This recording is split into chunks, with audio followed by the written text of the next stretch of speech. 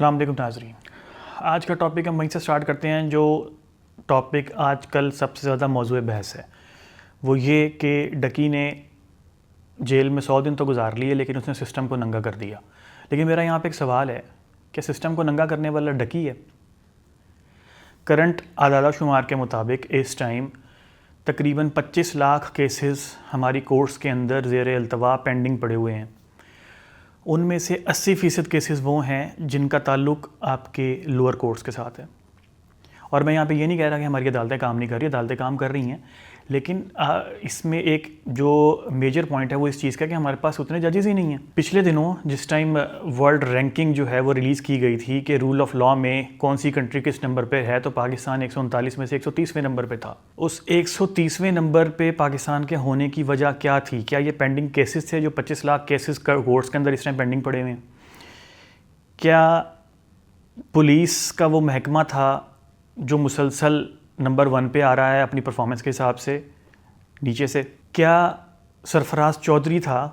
आप लोगों को डकी की वीडियो देखने के बाद हमें बहुत सारे लोगों को ये लगता है कि सरफराज चौधरी का नॉर्मली है, लेकिन सरफराज चौधरी का नॉर्मली नहीं है। सरफराज चौधरी वो बंदा है जो पकड़ा गया है। सरफराज चौधरी की तरह की और बहुत सारी अनॉमलीज इस टाइम पाकिस्तान के अंदर घूम फिर रही हैं, जिन्होंने अपने फ्रीलांस रेट तय कर रखे हैं कि FIR दे दूंगा, इतने पैसे दे दो, वरना जिन्होंने अपने रेट तय कर रखे हैं कि तेरे लिए हमने 4 पर्चे और तैयार किए हुए हैं, 30 लाख रुपए जमा करा दिए हमारे अकाउंट के अंदर। इस किस्म की अनॉमलीज़ का डेली बेसिस के ऊपर आपका वास्ता पड़ता रहता है। आपके चौक के अंदर खड़े हुए एक पुलिस वाले को जब आप पैसे पकड़ाते हैं 500 रुपये के चलान को बचाने के लिए, 200 रुपये जब उसको देते हैं, तो वो भी वो अनॉमली है जो करप्शन कर रही है इस टाइम। सरफराज चौधरी भी वो अनॉमली ही था जिसने सोचा कि मैं रातों रात अमीर हो जाऊंगा, 9 करोड़ रुपए डकी से निकलवा लूँगा, अपने उसके अंदर चला जाऊंगा, वॉलेट में रख लूँगा, किसी को पता नहीं चलेगा। बात बाहर निकल गई तो उसको मजबूरन उस चीज़ की देनी पड़ गई रिपोर्ट सरकारी सतह के ऊपर। उस भाई ने व्लॉग्स किए हुए हैं इस चीज़ के ऊपर, उस भाई ने पॉडकास्ट किए हुए लोगों के साथ बैठ के ये बताते हुए कि डकी बगैरत है, डकी ये है, डकी वो है। ये सारी की सारी चीज़ें वहाँ पर हुई हैं। डकी मशहूर था, डकी इसलिए बच गया। जो 25 लाख केसेस इस टाइम अदालतों में ज़ेर अल्तवा पड़े हुए हैं, उनको ख़त्म करने के लिए कौन आएगा? हमें कम से कम 15 से 20 हज़ार जजेस की ज़रूरत है करंट सिचुएशन के अंदर रहते हुए। अगर आपके जो करंट जजेस हैं वो अपने 24 घंटे भी लगाएं तो उनको 10 से 12 साल लग जाएंगे इन सारे केसेस को ख़त्म करने में, इनका बैकलॉग ख़त्म करने में, और तब तक नए केसेस आपके पास आ जाएंगे। ये हमारा मुआशरा किस तरफ जा रहा है? ये मुआशरा हमें क्या बता रहा है?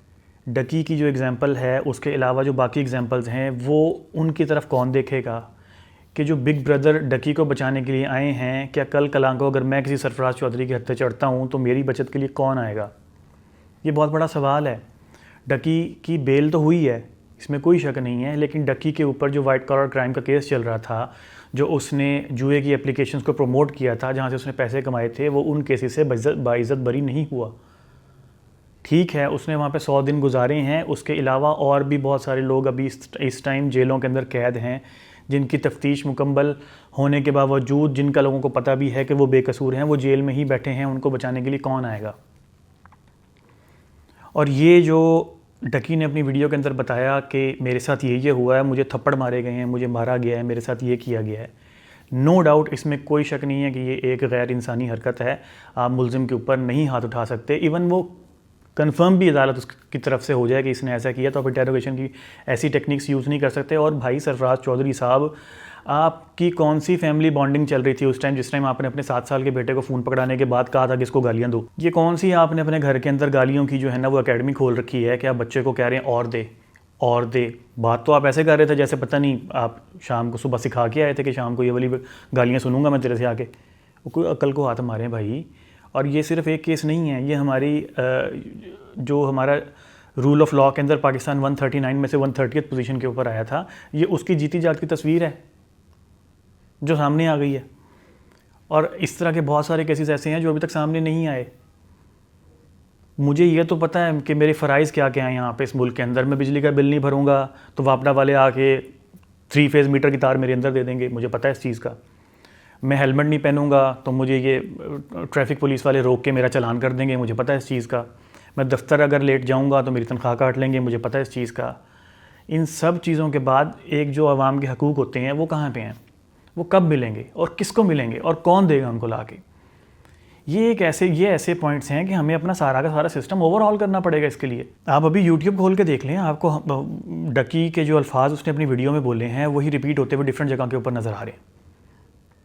तो डकी ही क्यों? एक आम बंदा जिसका बच्चा पिछले दिनों कराची के गटर में गिर के मर गया था, उस सिस्टम को कौन बेहतर करेगा? कसूर के अंदर जिस लड़की ने अपने आप को आग लगा ली क्योंकि उसके रेप का विक्टिम जो है उसको बाइज्जत बरी कर दिया गया था, उसको इंसाफ कौन दिलवाएगा?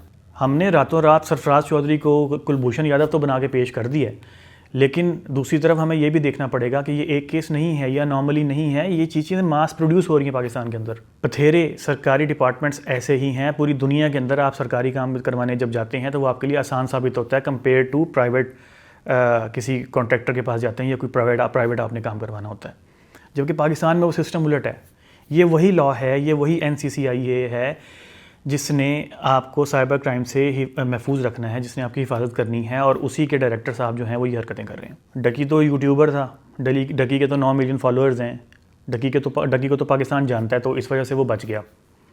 तो जो लोग जिनको कोई नहीं जानता, जिनके फॉलोअर्स नहीं हैं, जो इन्फ्लुएंसर नहीं हैं, जो बड़े लेवल के, क्या छोटे लेवल के इन्फ्लुएंसर भी नहीं हैं, अगर कल को उनके साथ ये चीज़ें होती हैं तो उनको बचाने कौन आएगा? क्या इन सारे केसेस के अंदर जो सब कुछ हुआ है, जो वाइट कॉलर क्राइम पाकिस्तान के अंदर किया गया है, जिसके अंदर और लोग भी इन्वॉल्व थे, मैं अब नाम नहीं लेना चाहता उनका किसी का भी, क्या उन लोगों से किसी ने सवाल पूछा है? या ये सारा जो फियास्को क्रिएट किया गया था ये सिर्फ इसलिए किया गया था कि सरफराज चौधरी साहब जो हैं वो अमीर हो जाएं, उनकी जेब में 4 पैसे आ जाएं, क्योंकि उनके घर में राशन की कमी हुई हुई थी, उनको तनख्वाह टाइम पे नहीं मिलती थी, उनके बच्चों, उनका जो बेटा है, वो जो बच्चा है, जो भी है, वो उसको गालियों का पेट भरने के लिए मुनासिब ग़िज़ा नहीं मिल रही थी उसको। क्या था वो सीन?